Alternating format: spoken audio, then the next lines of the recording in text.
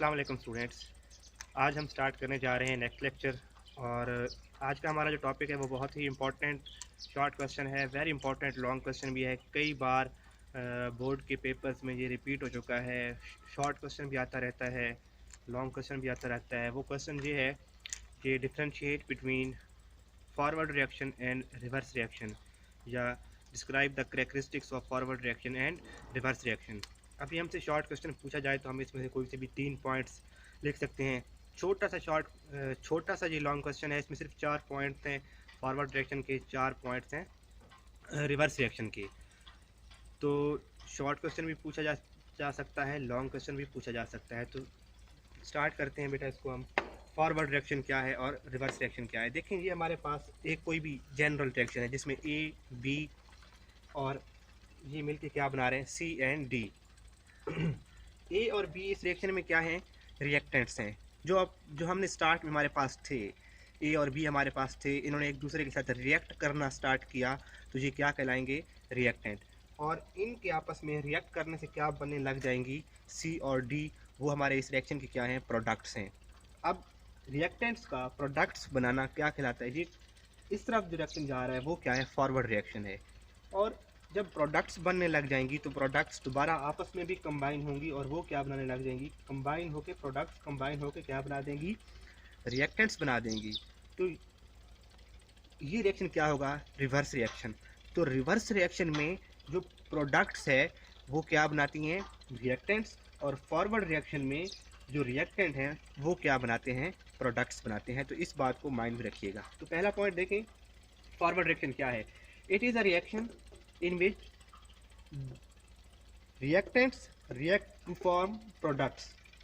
It is a reaction in which reactants react to form products. तो reverse reaction क्या होगा, it is a reaction in which products react to produce reactants. ये एक ऐसा reaction है जिसमें products react करती हैं आपस में। रिवर्स रिएक्शन में प्रोडक्ट्स आपस में रिएक्ट करती हैं और क्या बना देती हैं, रिएक्टेंट बना देती हैं, वो स्टार्ट वाले रिएक्टेंट बना देंगी। दूसरे पॉइंट की तरफ चलते हैं। Forward reaction, it takes place from left to right. ये किस डायरेक्शन में मूव करते हैं, लेफ्ट टू राइट। ये कंफ्यूज ना होइएगा। देखिए, ये बोर्ड की तरफ मेरा मुंह है और ये मेरा लेफ्ट हैंड है, तो ये जो रिएक्शन है वो किधर से मूव कर रहा है, जी लेफ्ट से राइट की तरफ मूव कर रहा है। तो याद रखिएगा कि जो फॉरवर्ड रिएक्शन है that moves from left to right, it takes place from left to right. जबकि जो रिवर्स है तो वो फिर उसके डेफिनेटली अपोजिट होगा, it takes place from right to left. ये कहाँ से जाता है, ये राइट साइड से लेफ्ट की तरफ जाता है। ये राइट साइड से, ये मेरा राइट हैंड, ये राइट हैंड से ये लेफ्ट हैंड की तरफ आ रहा है। तो it takes place from right to left. Next है बेटा third point, at initial stage rate of forward reaction is very fast.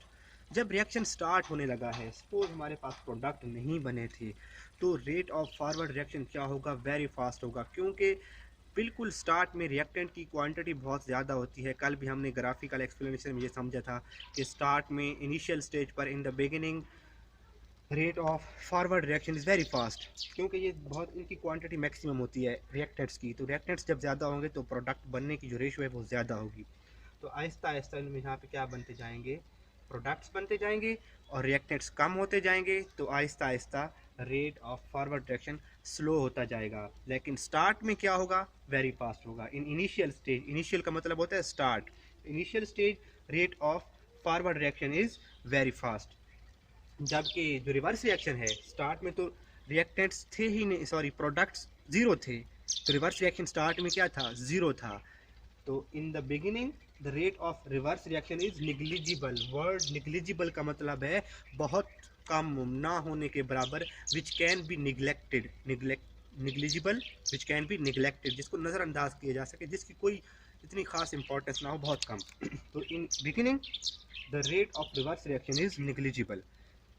उसके बाद नेक्स्ट पॉइंट, स्टार्ट में ये फास्ट है तो ये आहिस्ता आहिस्ता क्या होता जाएगा, स्लो होता जाएगा। जैसे जैसे रिएक्टेंट्स की तादाद कम होती जाएगी, rate of forward reaction slow होता जाएगा। तो नेक्स्ट है, इट स्लोज डाउन ग्रेजुअली।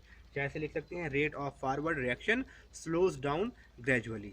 और रिवर्स रिएक्शन की तरफ आए तो स्टार्ट में रिवर्स रिएक्शन निग्लिजिबल था, लेकिन आहिस्ता आहिस्ता जब प्रोडक्ट्स बढ़ती जाएंगी तो rate of reverse reaction speeds up, it speeds up gradually.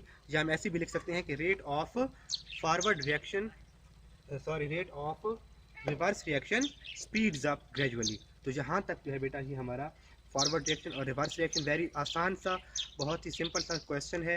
इसको आप शॉर्ट क्वेश्चन के तौर पे भी कीजिएगा, लॉन्ग क्वेश्चन के तौर पे भी याद कीजिएगा। और टोटल मेरे ख्याल में अगर आपने पिछले टॉपिक्स को कवर किया हुआ है तो ये 5 से 10 मिनट का क्वेश्चन है।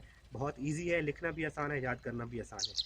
इसके बाद हमारा नेक्स्ट जो है टॉपिक, इसी बिल्कुल आपके बुक के टॉप पे ये जो बॉक्स बना हुआ है पेज 6 या 7 है आई थिंक, तो उसके नीचे macroscopic characteristics of reversible reaction है। तो इसके बाद हम नेक्स्ट उस टॉपिक को देखेंगे और वो बहुत इंपॉर्टेंट लॉन्ग क्वेश्चन है वो भी। तो होप कि आपको ये समझ आ गया होगा। तब तक के लिए अल्लाह हाफिज़, मिलते हैं नेक्स्ट क्लास में।